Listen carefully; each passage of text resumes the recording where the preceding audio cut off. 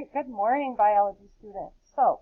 I hope you kind of got a good idea of a summary of what was happening with what we've learned so far with our first driving question.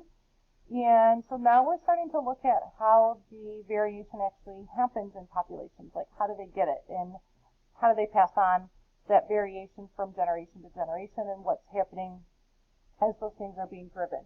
So what you guys are going to do today is start a simulation with that same rabbit population that you worked with the other day.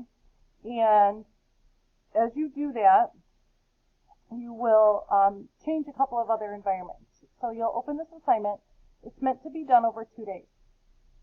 So today what I would like you to accomplish is the knowledge probe, the prediction, and the investigation plan to record your observations.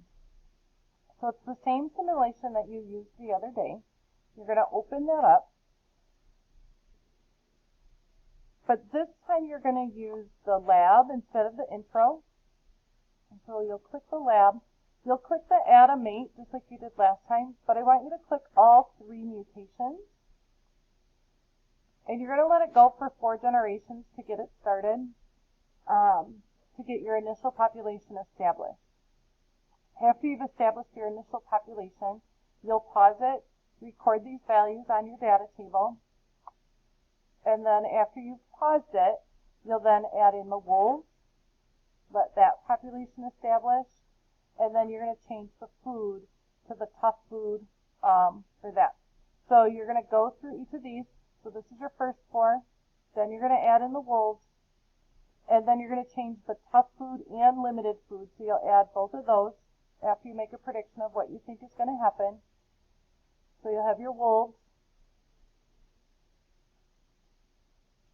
Again, after 4 generations, you'll record your numbers. Remember that you're going to slide this over and record it. I'm going to have you record the lower numbers that are on there. So after the population resets, after the wolves have eaten. Then you'll add your tough food and your limited food and let the population play again. Okay, and then you're going to see what happens to all of those traits along the way. So when you'll fill in this data table as you go, okay, and then answer these 4 questions that are here. On Thursday, you'll do the data analysis and then these last questions that are in here, looking at that prediction and this explanation and application.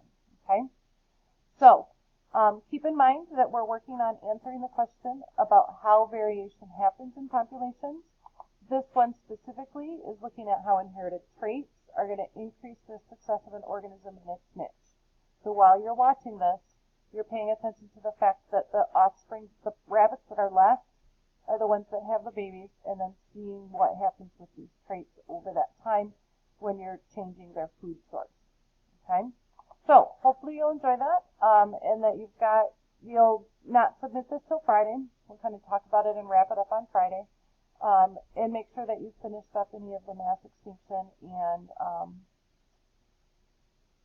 animal behavior lab activities along with the knowledge probes if those weren't done, because I'll be grading stuff shortly.